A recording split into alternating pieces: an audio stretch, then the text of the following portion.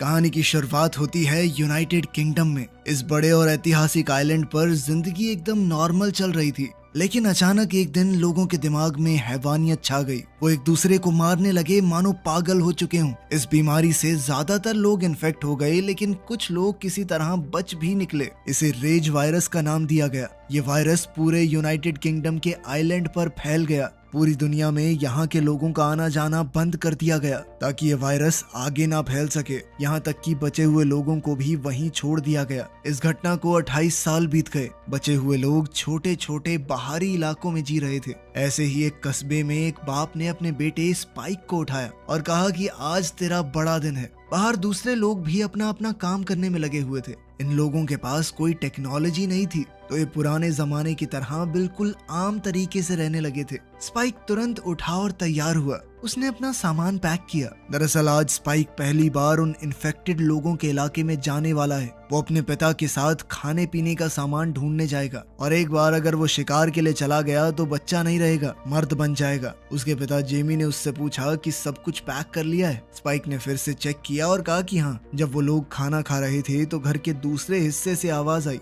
Spike की माँ उठ गई थी। जेमी पहले उसके कमरे में गया और स्पाइक पीछे पीछे। माँ ने उनकी मदद न कर पाने के लिए उनसे माफी मांगी और स्पाइक को गले लगा लिया। उसने कहा कि सुबह से मेरे सर में बहुत दर्द है। वो ठीक होने की कोशिश तो करती है, लेकिन साफ दिख रहा था कि ये बीमारी उसे पकड़ चुकी है। माँ को दोबारा बिस्तर पर लेटाकर स्पाइक अपने पिता जेमी के साथ निकल गया। जब वो लोग गांव से गुजर रहे थे तो लोग उन्हें अलविदा कहने बाहर निकले। कुछ लोग हिम्मत दे रहे थे तो कुछ बस सर हिलाकर इज्जत। एक छोटी लड़की ने तो स्पाइक को एक फल भी दिया। इस कस्बे के गेट पर वहाँ की लीडर जेनी उनका इंतजार कर रही थी। जेनी ने फिर उन्हें अपने कस्बे के नियम याद दिलाए। एक बार तुम लोग बाहर चले गए तो वापस आ सकते हो, लेकिन अगर नहीं आए तो कोई तुम्हें बचाने नहीं जाएगा। ये हमने बहुत सी ठोकरें खाकर सीखा है। बहुत लोग गए और ज्यादातर वापस नहीं आए। मतलब जब तुम मेन लैंड पर जाओगे तो सिर्फ अपने भरोसे हो, समझे? जेमी और स्पाइक ने हामी भरी। फिर जेनी ने वॉचमैन एंट से पूछा कि सब ठीक तो है ना, कुछ अजीब तो नहीं लग रहा। एंट ने कहा कि सब कुछ शांत है, कुछ भी गड़बड़ नहीं दिख रही।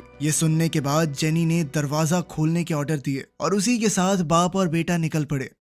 उनके पास बंदूकें नहीं हैं, सिर्फ तीर और चाकू हैं। चलते हुए जेमी ने स्पाइक से इस रास्ते के बारे में कुछ सवाल किए। स्पाइक ने बताया कि यही हमारा पुल है, सिर्फ इसी रास्ते से हम मेन लैंड जा सकते हैं। लेकिन ये रास्ता सिर्फ तभी दिखता है जब लहरें कम होती हैं। जब लहर ऊपर आ जाएगी तो ये रोड पानी में डूब जाएगा और हम भी डूब जाएंगे।